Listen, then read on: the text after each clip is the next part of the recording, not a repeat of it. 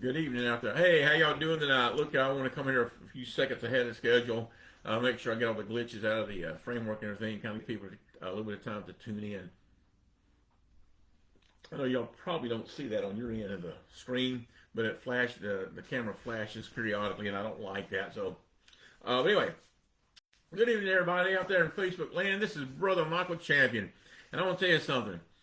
Tonight's lesson is one that I've kind of pondered and wondered about pretty much for the better part of my entire life, to be quite honest with you.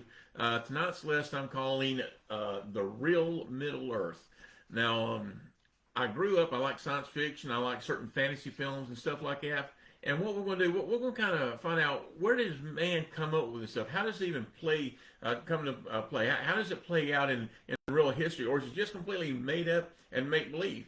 And we're also going to be looking at are your fantasies, are your what comes out of the heart, is it really that bad? We're going to touch bases on some of this stuff here tonight, and it's going to be a really good time as people tune in for the fellowship, and I'm very excited to share this because, usually what God gives me to teach is pretty much strictly right out of the Bible. I'll take on a doctrine, or I'll take out a particular time period, such as the days of Noah, and teach on that, or like we did a few weeks ago, I'll teach on the days of Lot. But this is really kind of coming in. It's a unique stand, if you will, as far as biblical history goes. Because if you come to Genesis chapter 10, you'll find all it is just a list of names. It's kind of it's basically a genealogy of the world because it has the founding fathers of the what would become nations and cities and so forth that would come out of Noah's three sons, Shem, Ham, and Japheth. And then the lineage gets interrupted. These family trees get interrupted in chapter 11 by the building of the Tower of Babel. And then the last half, or just over the last half of Genesis 11, deals with the lineage coming up to Abraham. So what I want us to do, I want us to take a moment tonight, and I want us to see what happened according to the Bible, and also according to history, and look at some little legends and see how we can put this stuff together. What happened between the flood and the Tower of Babel? And I know that I didn't, I probably should have looked that up a little bit better before I came in here, but I think it was only like maybe 200 years or something. What was really going on in that time period? It's less than 300 years, I know that. And we're going to kind of take a look at it because this is a period of history that most people don't even consider it's important. Usually when you talk to a Christian and with their Bible studies, they usually just come to a genealogy and say, well, let's just skip past that. That doesn't make any sense. And this is another place where where I really love to get into that there's so much that we can find out hidden by the names and the genealogies, how those names came to be. We looked in previous broadcasts about how Jared was in Noah's, he was in the first 10 minutes of the Bible in Genesis chapter 5, and his name means to descend or come down, and we can tie that into the arrival of the angels on earth and how they led up to the days of Noah in Genesis 6 and end up begetting children, giants, if you will, of these different creatures. Good evening, Pastor Mike. It's good to have you here tonight. And so I want us to take a look at that real quick, and let's go ahead and look at what the notes say. First of all, as I mentioned, we're going to be looking at an area where I really believe is where all fantasy and science fiction comes from, is in this medial ground between the coming off the ark and going to the tower. And this is where false religions really got started in this time period.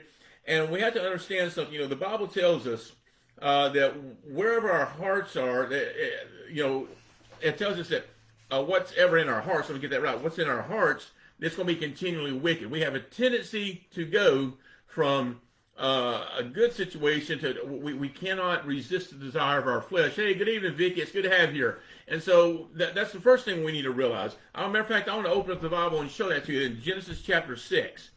Genesis chapter 6, and this is what it says. Genesis chapter 6, verse 5 makes this comment.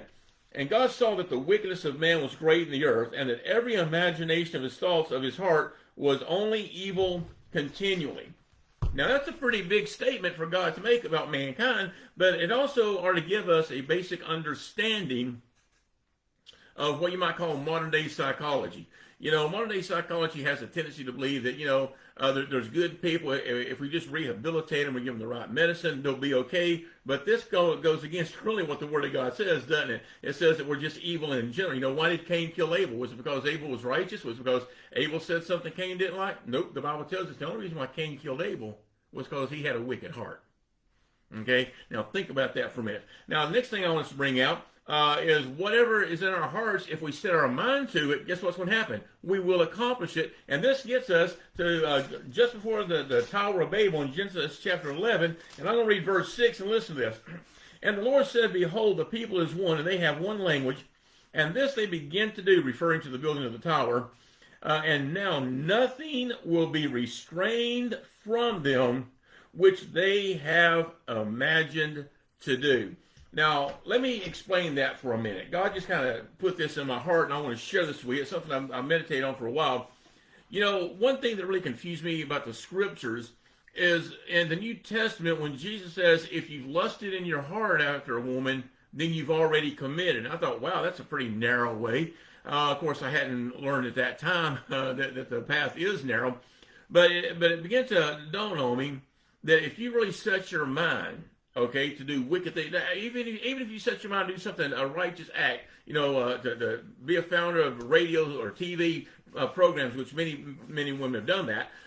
If you set your heart out to do something, if you dwell on that day and night, it will manifest. That's why you got to be very careful about hate, you know, because the Bible says hate is the same thing as murder. Okay, so you definitely don't be holding grudges or anything like that, because that can get you in trouble. And likewise, the lust of our heart, if we begin to dwell, to meditate, to cultivate that, if you will, it will grow a garden of adultery, if you catch my meaning there. And this is what we have to be very careful for. Now, I want to go to Jeremiah chapter 17, verse 9. Okay, Jeremiah 17:9. And by the way, just to let you know, that we're still within the passage of Scripture, or the lesson plan, where fantasy is not exactly a good thing. You have to be very careful. And I always said that if you do any kind of creative writing, especially if you're going to put it in like a fantasy setting or what have you, you need to use sanctified imagination, which lines up with the Word of God. You get yourself in trouble real quick. This is Jeremiah chapter 17, and I'm going to read verse 9 to you. Look what it says. The heart is deceitful above all things and desperately wicked. Who can know it? So we see here that if we're not careful, if we take a carnal mind and apply it to some kind of fantasy, this is where the witches and the warlocks and the sorcery and the things of great magic, you know, I'm going to be honest with you, there's not really a lot of fantasy out there and science fiction that's really uplifting to God. C.S. Lewis, he did a lot of great science fiction and fantasy. C.S. Lewis, he did the... it's not the Lord of the Rings. That was J.R.R. Tolkien. But he had The Lion, the Witch, and the Wardrobe. That's what I'm trying to say. This is what C.S. Lewis brought us. And this is exactly where you can see that fantasy and sci-fi actually can be used for the benefit of God. Now look at this. Jesus tells us that whatever comes out of us through our mouth, that's what corrupts a man, not what goes into it. And he was speaking laws and so forth, such as that. And so this is exactly what I want to share with you. Now, what we can learn from all this is that everything has a historic pattern, but it also has a spiritual interlocking mechanism that can operate our faith. Now I want to read this passage of scripture to you. Ecclesiastes 1, 9, and 10. I got verses here and verses there. It's all over the place. Ecclesiastes 1, 9, and 10. This is a very crucial point, because when I started my lesson for this, I knew that I was going to come to Ecclesiastes, and I want to share with you what's actually said here. Ecclesiastes 1, verse 9 and 10, and look at what it says. This is very sobering. The thing that has been is the thing that which shall be, and that which is done is that which shall be done, and there is no new thing under the sun. Is there anything there whereof it may be said, see, this is new? It hath already of old time, which was before us. And what the Bible's telling us is that when something happens, it's already been done before. You know, there's no such thing as an original idea, to be quite honest with you. And I think that when we tap into our faith, when we tap into our basic desires, to be honest with you, whether it be desires of God or desires of the world, then we can see that these things can swell up in us. And we briefly looked and talked about how that could actually bring sin and sinful actions and the works of the flesh, in Galatians chapter 5. Now, I love this because it tells us, like I said, that Everything works in a circular pattern. You know, the Bible tells us in Psalm 23, the Lord leads me in paths of righteousness for his name's sake. The paths of righteousness means it's like a circular path you're traveling, a well-traveled road, if you will, a dirt road. And you have to understand that God he does this for us so we can learn. That's what the Feast of Israel, the Feast of the Lord is all about, to bring people to salvation in God.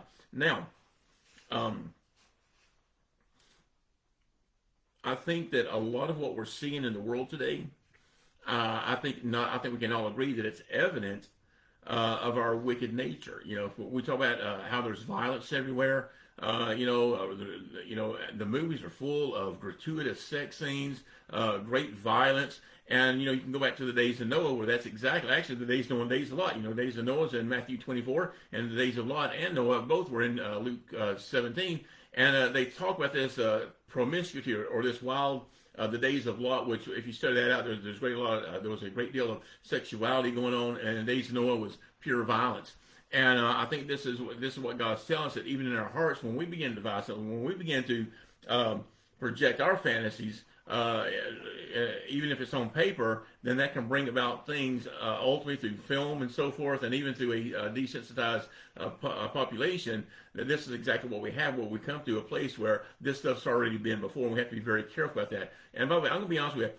Many years ago, I got introduced to genetic tampering through some of my teachers that I follow, and I find it very interesting that even though people who do this stuff, they obviously don't know the Bible. I hate to think they knew the Bible when they were still doing this. When you start looking at like cloning sheep, like they were trying to do cloning Dolly 30 years ago, you'll find out that the Bible tells us in the days of Noah, like it was in the days of Noah, so shall it be when the Son of Man returns, that when you start this genetic tampering, then you really open a whole slew, if you will, of fatalities that could happen, and you're tampering things on a genetic level. Well, guess what the Bible says? If you go to Genesis 6, all flesh was corrupt. It means to martyr, to be utterly destroyed, and the emphasis on that could be genetic dealings with. So we see that happen in the last days. So what do we do?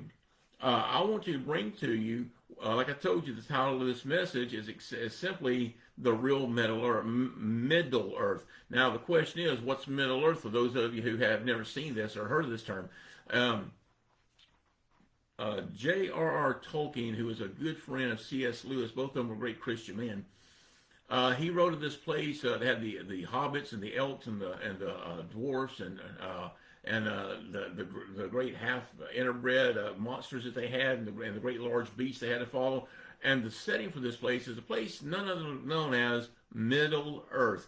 And I learned many years ago that Middle Earth, and I went online to verify this, Middle Earth is simply, it breaks it down to, well, let's go ahead and jump into it. Mediterranean. The word Mediterranean, it comes from the word middle or the center, and terranean refers to the earth, the land in itself. So Middle Earth actually came out of, if you will, Europe, Africa, and the Middle East, because this great sea was in the middle of the earth at that time, or Middle Earth, if you will. Now, what was going on in these times? If you look at these programs, I'm sorry, y'all give me a second. If you look at these programs, what happens?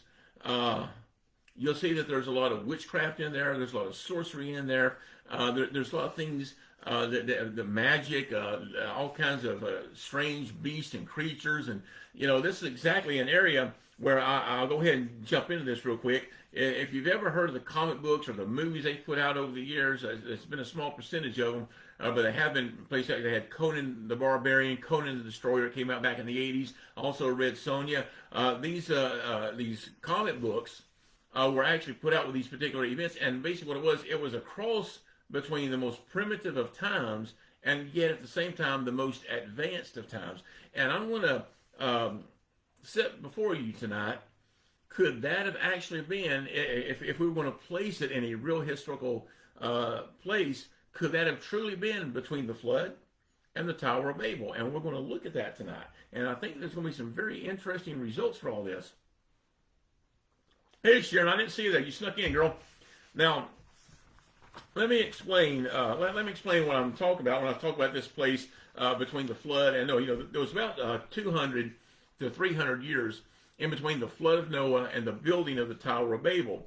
And there was a man that lived. He died very young. He committed suicide, and his name was Robert Howard. Robert Howard was his name, and he created through his creativity this subgenre of fantasy that became known as sword and sorcery.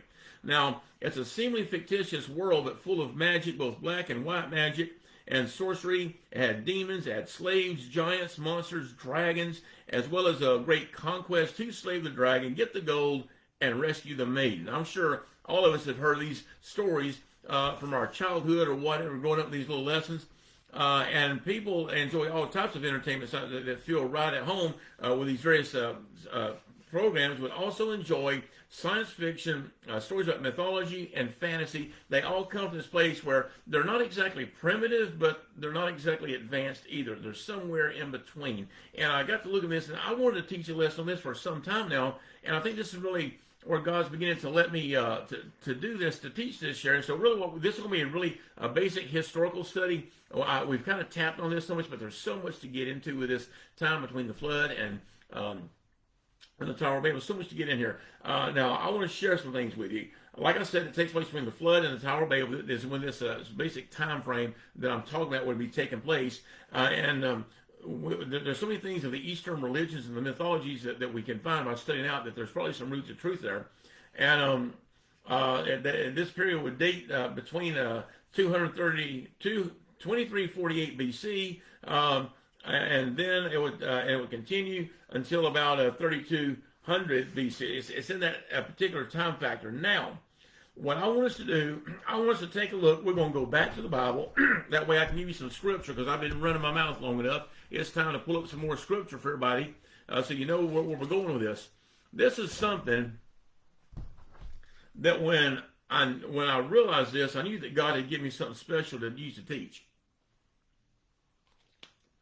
I grew up my entire life hearing that man had a great sin after the flood, and that is they just refused to disperse. Well, I'm going to be honest with you. That doesn't seem to be what the Bible teaches, and I'm going to share this with you. So bear with me before you start sending hate mail toward me.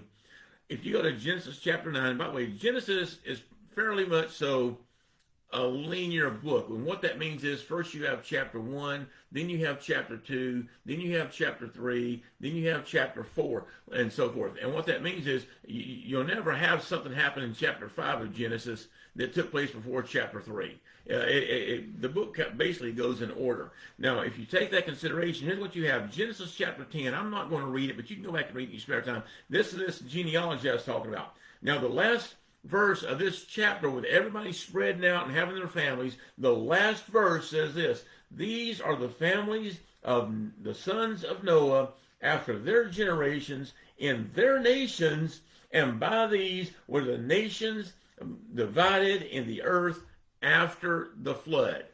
Okay, now think about that. This verse clearly says that after the flood, men began to disperse and move out and populate the earth.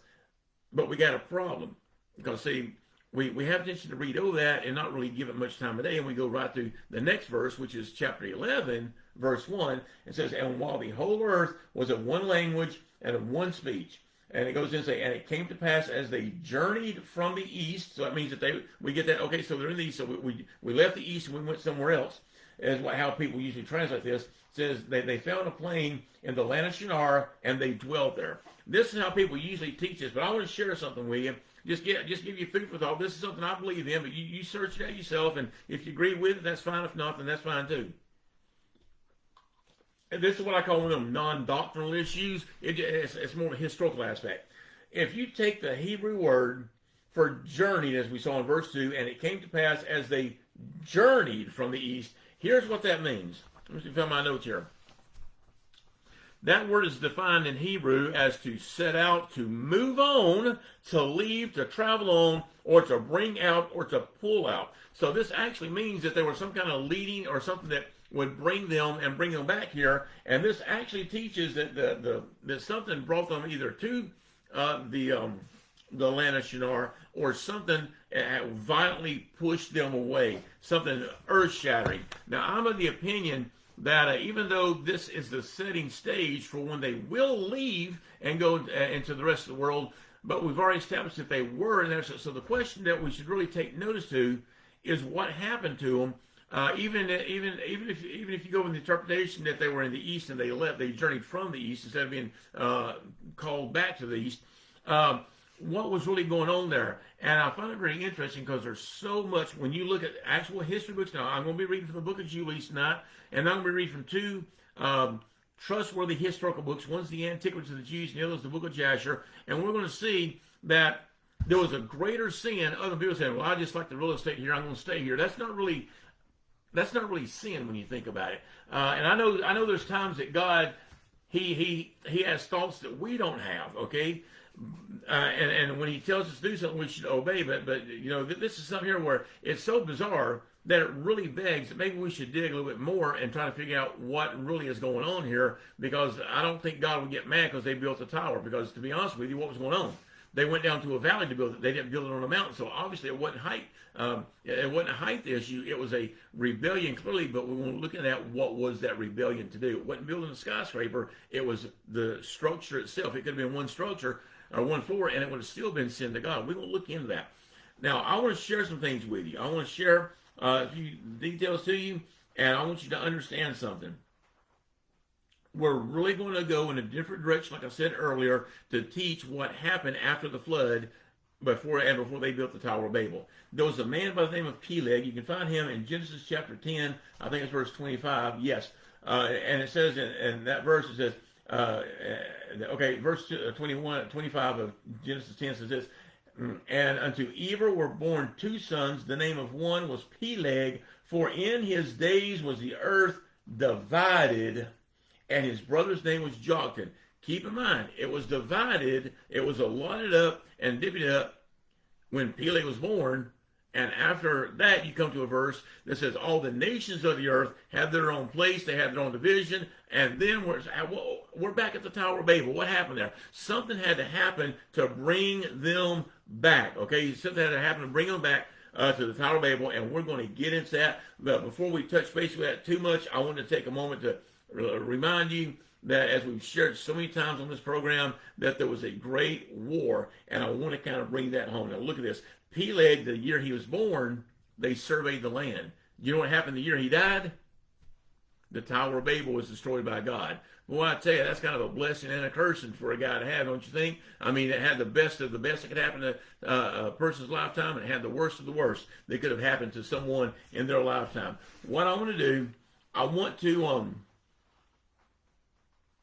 let's see, where's the best way to go with this? I want to point out some things. If you look at the Peleg's lifetime, you'll see that longevity began to drop off as drastic climate changes caused harsh living conditions. Not only that, but you have to understand, and if you've ever seen any movie that takes place like 5, 6, 7, 10,000 years ago, whatever, you always see man and beast are trying to struggle, and it's either like a desert wasteland or it's an ice age, and they're always competing. Like maybe you'll have the hero of the movie get surrounded by wolves or something. They had a movie like that called The Day After many years ago, and a very interesting, very good movie if you like doomsday movies. But in that movie, I think the earth had shifted on its axis, which brings me to another thing.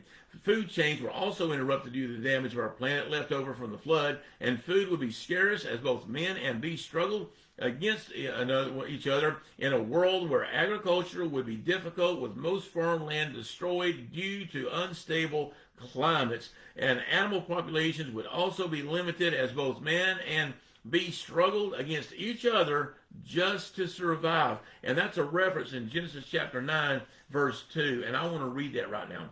When Noah and his family got off the ark, I always read this book, and I said, that makes no sense. I can't figure it. Now, don't get me wrong. I'm not saying God's wrong. I'm definitely not saying God's wrong. I'm just saying that some things don't make sense, and it's okay to question if you are questioning to find answers in the Bible. That's the only way you're able. It's fair to question God. If you sit there and start trying to say, how dare you, God, that's when it becomes a sin. God can do anything he wants to. He's bound by his word, which keeps us, helps keep us in check, because we know if we go to his word, we'll get the answer. So what was really going on? Why would God put this verse in there? Look at this. This is when God made the Noah covenant, the covenant of Noah that would happen. He would never flood the world again. Genesis chapter 9, verse 2 says this, and the fear of you and dread of you shall be upon every beast of the earth, and upon the fowl of the air, and all that moveth upon the earth, and upon all the fishes of the sea. Into your hand are they delivered. Now wait a minute. What this verse is saying is that after the flood, all the animals went crazy and just didn't trust us. And I always interpret that as simply this: God spoke to the animals, and He said, "See, those people there, that's why everything got killed."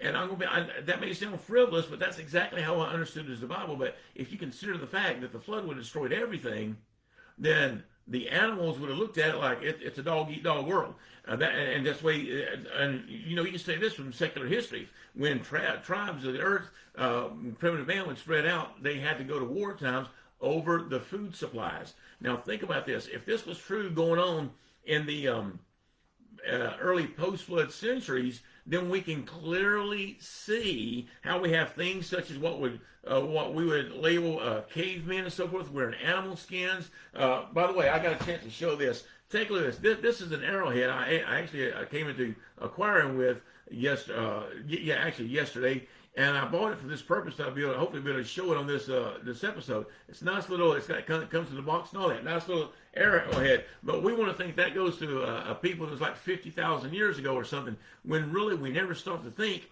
could that be in the time of Peleg when this happened? Could this be in the time of Abraham that they were doing this? You know, and it's definitely a possibility. It's a great possibility, because people would have to hunt for their food. They couldn't produce plants anymore. At least if it would, it was very difficult, very harsh. So they actually turned to eating meat. And this is exactly what God is telling telling the people, Noah, his 3 sons, and their wives, about the flood, how it destroyed the earth. Okay, now, like I said, we think that's an Indian, and don't get me wrong, I'm not saying that's a 2,000-year-old, 4,000-year-old arrowhead. I don't believe that. I think it came from the Indians here in America. But I want to show you that as an actual prop to understand and kind of get an idea of where we're going. Okay, Michael, so where's all this fantasy stuff coming from? We're getting there. Well, I want to paint a picture more on how the world was destroyed. Now, we know it came about, this destruction, because of the flood of Noah. It really messed up the real estate. You know, it always amazed me how they could go out somewhere and kind of dig a few feet down, and sometimes it's 500 feet down into the earth, and there's a whole city down there that people forgot about, but they use this ground penetrating sonar to discover this stuff. Now, the Bible tells us, I don't want to get too hung up on this. If you go read Genesis chapter 7, verse 11, it tells us that in one day the fountains of the great deep burst open, and that would have left great fissures behind for eruption. This would also cause tidal waves and tsunamis. You can find out about that in Luke 21:25. And I love this part. I love this. Let's just get an idea of how rough these seas really were. I'm going to read to you the book of Jasher. Where's my book? The book of Jasher, chapter 6, verse 28 to 23. And I want to just share with you what it would have been like on that flood. I just want to share what it would be really like on that flood. 28, chapter 6, right? Yeah, chapter 6, verse 28. And listen to what this says. And the ark floated upon the face of the waters, and it was tossed upon the waters, so that all the living creatures within were turned about like pottage in a cauldron, and great anxiety seized all the living creatures that was on the ark, and the ark was like to be broken. Now, don't get me wrong, I don't think it was about to break up or anything. It just felt like it was. Verse 30, and all living creatures that were in the ark were terrified, and the lions roared, and the oxen lowed, and the wolves howled, and every living creature on the ark spoke and lamented in its own language, so that their voices reached a great distance. And Noah and his sons cried and wept in their troubles, and they were greatly afraid that they had reached the gates of death. Verse 31, and Noah prayed to the Lord and cried unto him on account of this. And he said, O Lord, help us, for we have no strength in our to bear this evil that has encompassed us. For the waves of the waters have surrounded us, mischief torrents have terrified us, the snares of death have come before us. Answer us, O Lord, answer light upon thy countenance toward us, and be gracious to us, redeem us, and deliver us. Verse 32, and the Lord hearkened unto the voice of Noah, and the Lord remembered him, and the wind passed over the earth, and the waters were still, and the ark was rested. Now, what does that mean? That means that the people inside the ark they had a lot of tidal waves and a lot of stuff like that they were having to go through, and they were very scared. And what they do, they called out to God, and He remembered them, and He sent a wind. And by the way, that wind is mentioned in the Bible. I think it's like Genesis chapter 7 or 8. It's chapter 8. Now, why is that important for us to know? Because we have to understand that sometimes when we're doing what God, think that God was a preacher of righteousness. He did it for 120 years. Sometimes, when we pray and intercede for somebody, sometimes things go the way we wouldn't have it to go, but sometimes we have to go through some harsh times to get that revelation of what God wants. It's very important that we remember that, and I don't see any problem with looking at the historical record there, because this is exactly what we see happening. It's a time where people that they were in a bad situation. It was just a bad situation. They got scared, and what they do? They got scared and they called out to God. How many times do we do that? How many times does something happen to us and we get scared and we get worried, and then our immediate response is to call out on God? I know when things happen to me, when I pray, the first thing I got to do is say, God, forgive me for not coming to you sooner. And then I can continue my prayer life right there. Now, I want to share something with you. Now, we know things are going to happen as it was in the days of Noah and the days of Lot. I want to share something with you. Isaiah 24, verse 20. Isaiah 24, verse 20. And look at what this says. This is going to floor you, because I don't know where this came from. I have no idea what happened. I've got this verse. I didn't get it at a conference or nothing like this, and I'm so thankful. I am so thankful that God gave me this verse. And listen, this is Isaiah chapter 24, verse 20. And it says that now this is actually speaking of a coming judgment that's going to come on the earth. So this is going to happen again. And we saw the violent destruction of the planet, and we know that we're tilted. How did it get tilted? Look at this. Isaiah 24:20. And the earth shall reel to and fro like a drunkard, and shall be removed like a cottage, and the transgression thereof shall be heavy upon it, and it shall fall and not rise again. Really? It's going to move to and fro? How can a planet like Earth move to and fro? There's an implication that we could be hit by a comet or an asteroid in the future, probably during the tribulation, and it's going to cause similar problems. And if you think about it, if you go into the Hebrew study over in Revelation, it says, and behold, I saw a mountain come to the earth. You know what that Greek word is? Aster, like an asteroid. Now think about that for a minute. Could the earth be hit with an asteroid? More importantly, could it be hit by an asteroid back in the days of Noah? Sounds pretty interesting. I don't know. You have to do your own research. I believe it did. Now, when a comet would have hit the earth, it would have thrown up all kinds of mud and water and debris and all that. And this would have very easily caused an ice age. As the planet began to warm up due to its shattered atmospheric conditions, deserts would begin to form. Volcanoes would have also been formed at this time, with various places in this time, as well as bringing in earthquakes, with plate tectonics beginning to happen. Now we can see the birth of severe atmospheric conditions and geographic conditions, and how we got the earth that we have today. Now think about this for a minute. If things were really that bad, if things were really falling apart, this would explain why.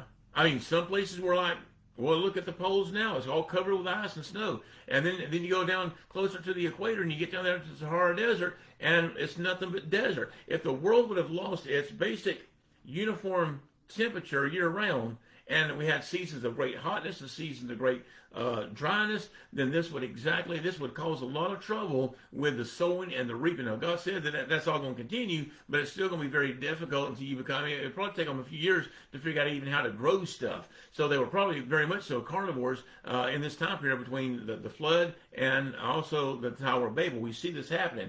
Now, I want to share something with you I think you're going to find very interesting. This is very interesting. Very interesting. As we begin to see civilization rise up again, okay, a lot of things begin to happen. Now, I want to share with you, if I can find my notes. Let me see if I can find it by jumping through here. I don't see it on my notes. I know I put it in there. Let's say Jubilees chapter 4, if that looks about right. Jubilees chapter 4. I want to read something to you.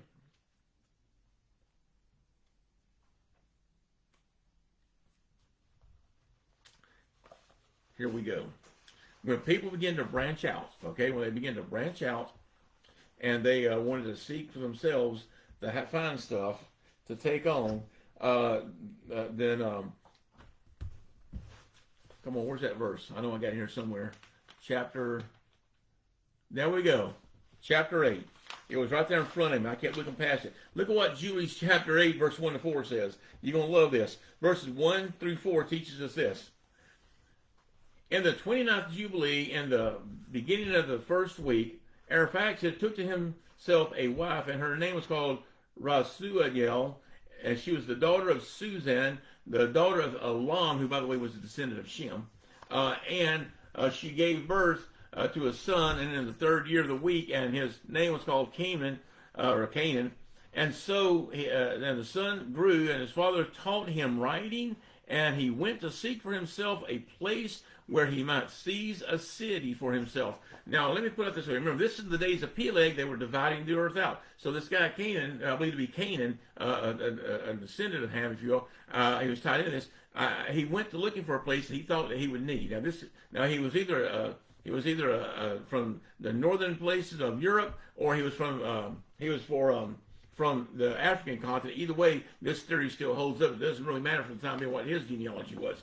But look at what it says he did. He went to seek a city for himself.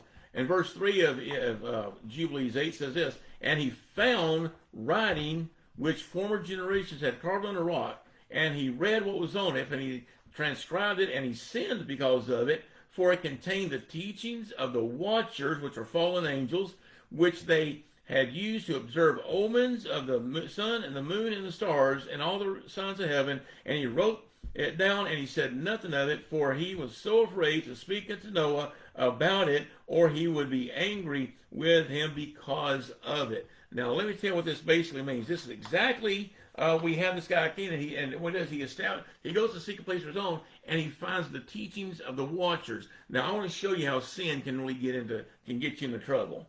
Look at this. We'll go back to Jubilees chapter 4, and verse 15 says this. Because I want to make sure I give you I'll give everybody their due respect here. Jubilees chapter 4, verse 15 says this, in the second week of the 10th Jubilee, Mahalalel from Genesis 5 took to him a wife. Her name was Dinah, and she was the daughter of Barachiel, the daughter of his father's brother. That's a weird family tree. And she gave birth to a son in the third week in the 6th year, and he called his name Jared, for in his days, now get this, the angels of the Lord descended to earth, those who are named the watchers, that they should instruct the children of men, and that they should do judgment and righteousness in all the earth. Now, I'm going to be honest with you. I don't see how anybody can sit there and say when the angels came to the earth, they were fallen. And they use all these same books I do. When they first came here, they were on a mission from God to teach and to educate man. Hey, Ellie, good to have you. It's wonderful to have you here tonight. Now, think about this for a minute. Now, this is exactly what we have going on here. These angels came down, and we know because of Genesis chapter 6, they saw the daughters of men and kind of got a little, I'll be very careful how I say this, but it excited them, and they began to sin because of that. But their original mission was to do what? Come here and teach mankind. Well, I don't know about that, Brother Michael. That don't make any sense to me. Well, actually, if you read in the Psalms, I believe it is, it talks about what we got going on, that the angels are ministering spirits that God has set here for us. They're supposed to minister to us. So their first thing to do once they got here is to do what? To minister to us and help us take leaps and bounds and teach us, most importantly, not the wonders of the world or the universe, but to teach us and to instruct us in righteousness. In other words, they were to actually lead us in those footsteps of righteousness. And guess what? There was a man by the name of Canaan, if I got this name right, Canaan, in the Genesis chapter 5, and according to history, the actual history, what did he do in the book of Jasher?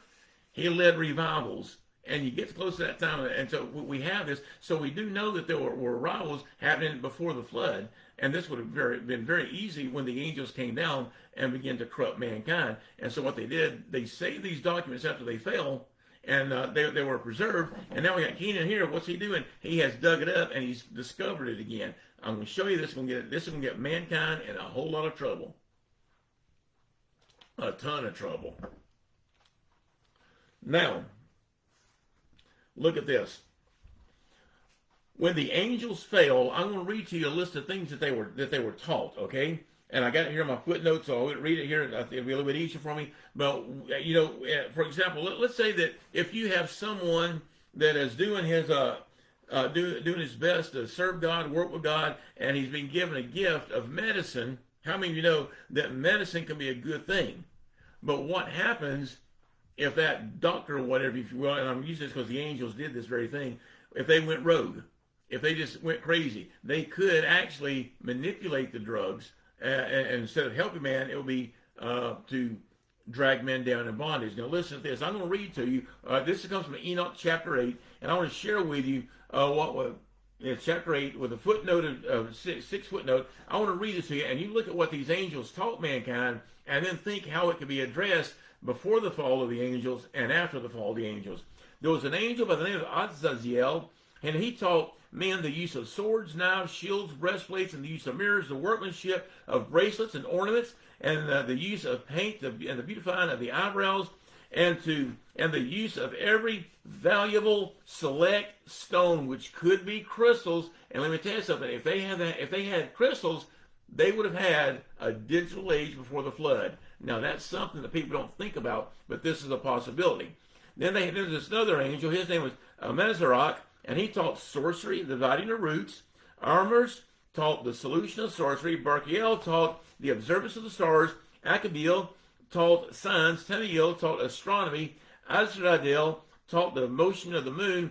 And with this technology, we can see how ancient man had an advanced yet primitive world to live in. Well, yeah, Michael, this is before the flood, isn't it? Bingo, before the flood. But what did we just read? This guy named Canaan, after the flood, he went and dug up these tablets, and he found them, and this is what was going to get him in trouble with Noah, because he's going to begin to share all this knowledge. Now, let me ask you something. Let's just think for a minute. Let's just think. What would happen if they got off the ark? Okay, now think about this. What would happen if they got off the ark? As a matter of fact, let me give you an example. When they went on board the ark, what did the world look like? And, you know, you can Google this and go online and do YouTube videos, and you'll find out this is the truth. Before the flood, everything was a plush garden. It was beautiful. It was lush. They had all these gardens and these trees all over the planet. Now, imagine you get on the ark, and that's what you see. When you get off the ark, you see the Grand Canyon. Think about that for a minute. Noah did not step off the ark, and there was already a peach tree up there for somebody to make a peach cobbler.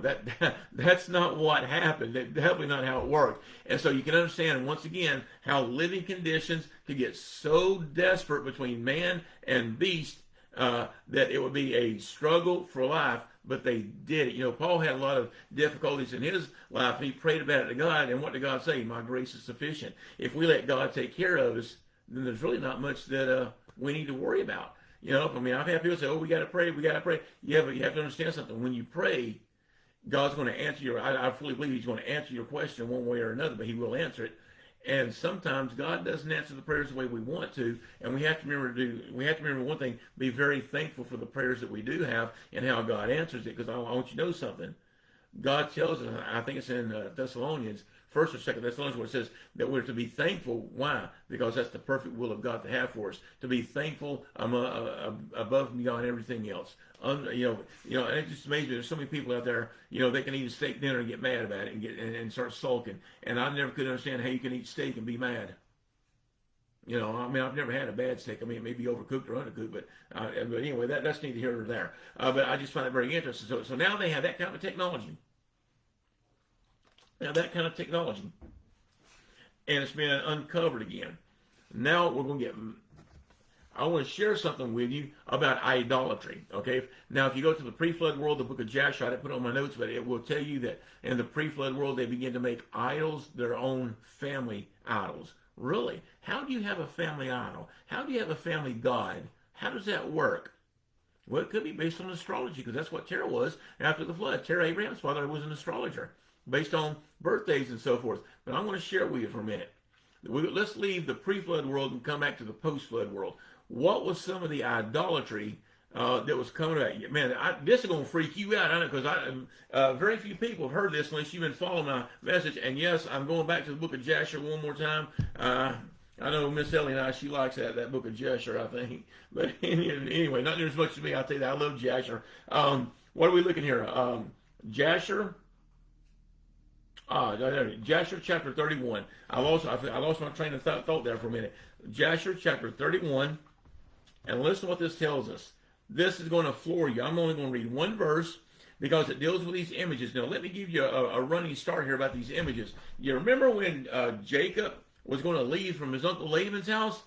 His daughter Rachel stole the idols. Okay, she stole them from her father. And like people say, well, who cares? And I heard one teacher one time say that these idols were also land markers to tell who's got the land. But the book of Jasher, as a history book, gives us a little more interesting. Now, tell me what you think about this kind of idolatry. The book of Jasher, chapter 31, verse 41, talks about these specific gods, which are known as the teraphim. You can read about them in Joshua and Judges. So, Jasher 31, verse 41. And this is the manner of the images in taking a man who is the firstborn and slaying him. Killing babies, interesting. And taking the hair off his head and taking salt and salting the head and anointing it with oil. Then taking a small tablet of copper or a tablet of gold and writing the name upon it and placing the tablet under his tongue and taking the head with a tablet under the tongue and putting it in the house and lighting up lights before it and bowing down to it. Verse 42. And at the time when they bowed down to it, it speaketh to them in all matters that they ask it through the power of the name which was written on it. And some make them in figures of men, of gold, of silver, and go to them in times known to them. And the figures receive the influence of the stars and tell them future things, and in a manner where the images which Rachel stole from her father. All right, now in case this stuff slipped past you as we're watching this, you realize what I've showed you. I have first taught you how the earth was completely devastated and violated. It was destroyed. And now we see these teachings of the Watchers, these fallen angels, these corrupt teachings survived. And now we see that the earliest stages after the flood, we're seeing sorcery, we're seeing astrology, because we just read it, that the idol would speak to the stars, and the angels are called stars of heaven. They're referred to that. So now they're dealing with fallen angels, and now they're in cahoots with dead people, dead things, astrology, fallen angels, all of this. And this is exactly what you find in most areas of fantasy, or in the Conan the Barbarian world, as I mentioned earlier. Now, get this. This is pretty outstanding. This is really outstanding. I want to share with you. By the way, I will say this. I'm going to condense this. I'm really going to condense this because this is really, I could go on for days with this stuff. We just read about Laban's idol. See, Laban, according to the book of Jasher, had a son by the name of Balaam. Now, Balaam had two sons named Jannes and Jambres, and they're the ones that, according to the Bible, withstood Moses. Now, what that shows you is that we have and by the way, you can read about Jannes and Jambres in 2 Timothy 3, 1 through 9. And this is exactly what we see, how the sorcery is continuing. It's moving on. It's there. So we got the sorcery, we got the astrology, we got the idolatry, the idol worship through the shedding of innocent blood. We have all this going on. And it basically comes down very close to a man by the name of Terah. And I want us to read something from Terah. No, let's read about Joshua chapter 24. Joshua is a good book to read about. Joshua chapter 24. Let's look at what it says here. Joshua 24. No, it's 2:24. My bad. Joshua 2:24. I'm almost there. Joshua 2, verse 24 says this. Nope, wait, what's that? Let me get it. Refer back to it one more time. Joshua 24:2. I was 24:2. I can't believe I was right. I was at the wrong place. There we go. Joshua 24, verse 2 says this. And Joshua said unto all the people, thus saith the Lord God of Israel, your fathers dwelt on the other side of the flood in the old time, even Terah, the father of Abraham, and the father of Nahor, and they served other gods. So now we know they served other gods. The book of Jasher also points that out, that they served other gods. And that's a great story there. But what we're about to do in these final minutes, because I got a little bit more I want to share with you, okay? I want to share something with you. We are going to take a look at some of the things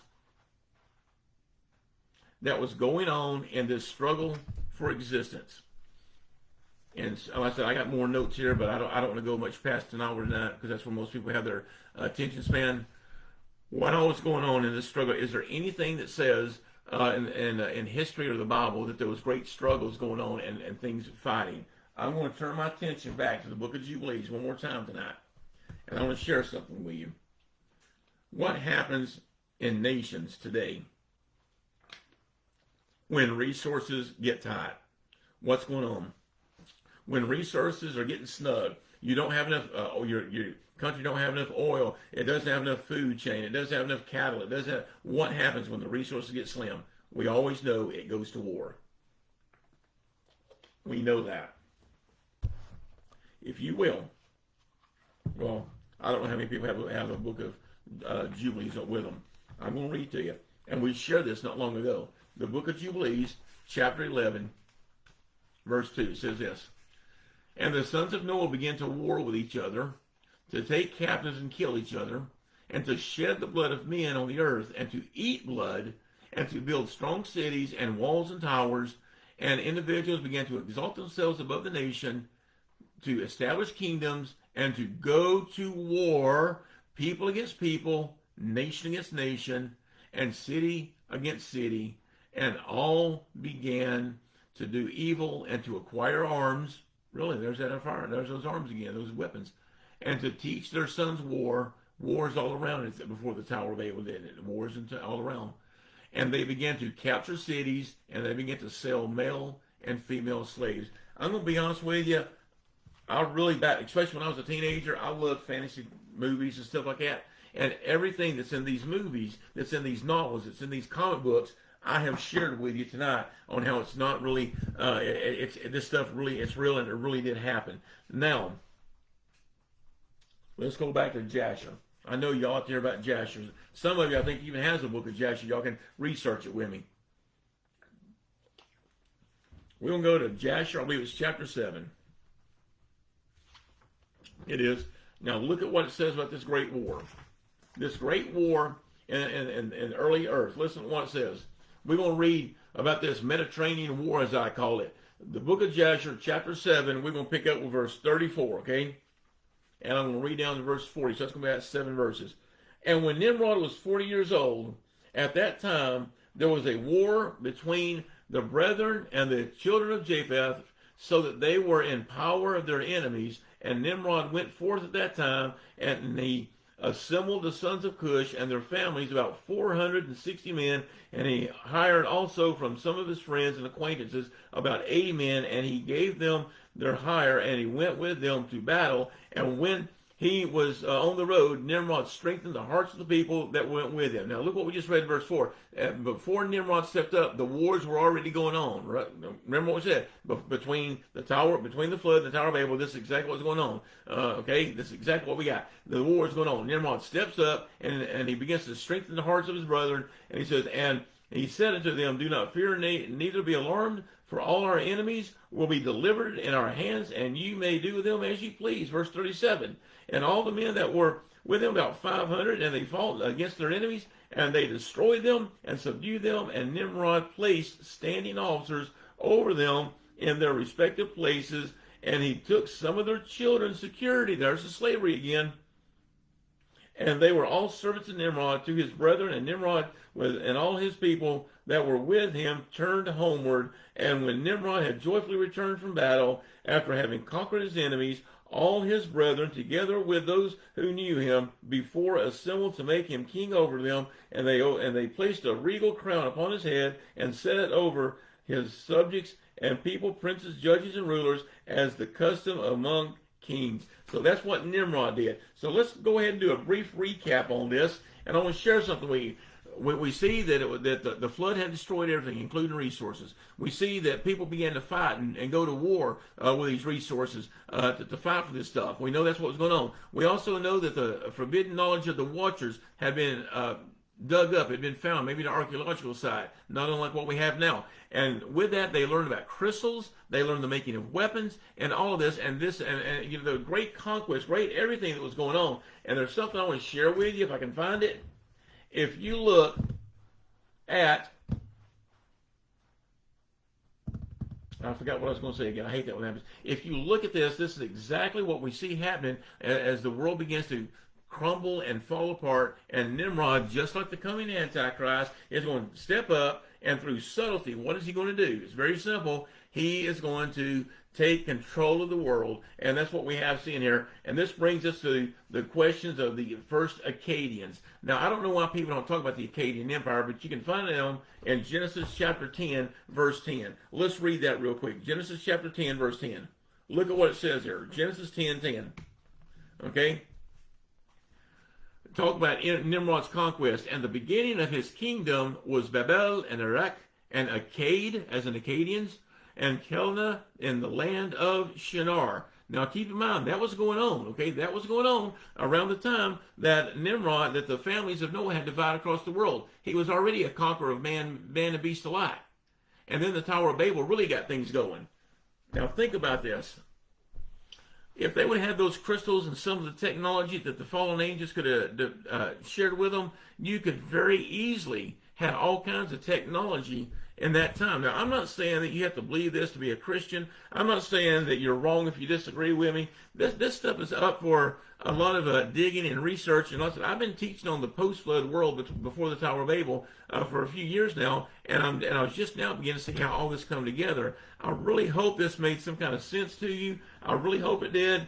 You know, and I think that as we look at today's culture, we see some things where all this is beginning to rise again, just like it was in the days of Noah and the days of Lot. And right there you got the Tower of Babel. So from the flood to the Tower of Babel, you know, what do we have? You know, we had astrology, we had witches and warlocks, and all, you know, these demons being summoned and fought. And this is exactly what we have going on in this pre-flood world. What was going on with it? Not the pre-flood, but the post-flood world, pre-Tower of Babel. All these things were going on, and it's exactly what we come down to see what's happening. I hope you enjoyed this. I really enjoyed going over it with you. I wish I probably should have done this for 2 or 3 weeks, but that's okay.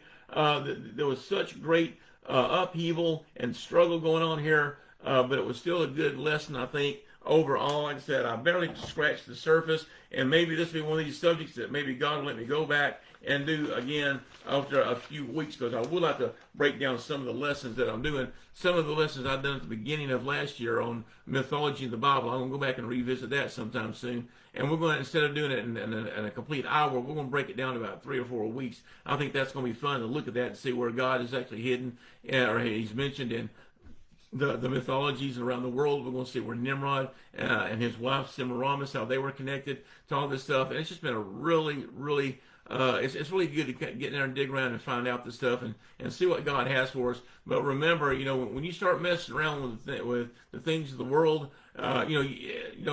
digital technology is not a bad thing. The use of crystals, that's not a bad thing to bring about such things. But what we have to understand is that if we were, the Bible tells us, you know, what would it profit a man to gain the whole world but lose his soul? And that's exactly what we have here. Man trying to get ahead of God, man trying to do whatever he wants to become God, and this is where we get into trouble. So just I hope you enjoy this. I hope you really appreciate. I hope you appreciate the information that's put out there. Like I said, I've enjoyed it, and I've enjoyed being here with y'all again tonight. Also, we're going to have a recorded live Emmanuel Baptist Church tomorrow morning. I believe we got some things going on at the church, and I believe the regular church service is going to be on as it normally is. But y'all stay tuned. We're going to have some good stuff. Oh, by the way, before I go, I'm going to give you a quick announcement. Every Tuesday night, I'm uploading other videos from previous God's News Behind the News prophecy conferences. If you like Dr. Joe Vancouver and some of his guests over the years, you definitely don't want to miss that. Wednesday night, when we're able, we're going to have Emmanuel Baptist Church services being broadcast here live from Emmanuel Baptist. Thursday night, I'm going to have a special message. It's going to be a rerun of other messages, but it's going to be one. I'm not sure if it's going to be continuation of God's News or if it's going to be some other ministry. And then Saturday night, here you'll be here with me, return back with me, and we're going to be doing another broadcast every Saturday night at 7 o'clock. And also Sunday morning, regular church service at Emmanuel Baptist church. We're going to have about 11:30 when I tune in because I'm having some issues with Facebook on how they censor stuff. But we will be getting the full message on there at Sunday morning, 11 o'clock. God bless, or 11:30. God bless y'all. This is Brother Michael Champion saying, I'll see you here, there, or in the air. Thanks for tuning in tonight. Love y'all.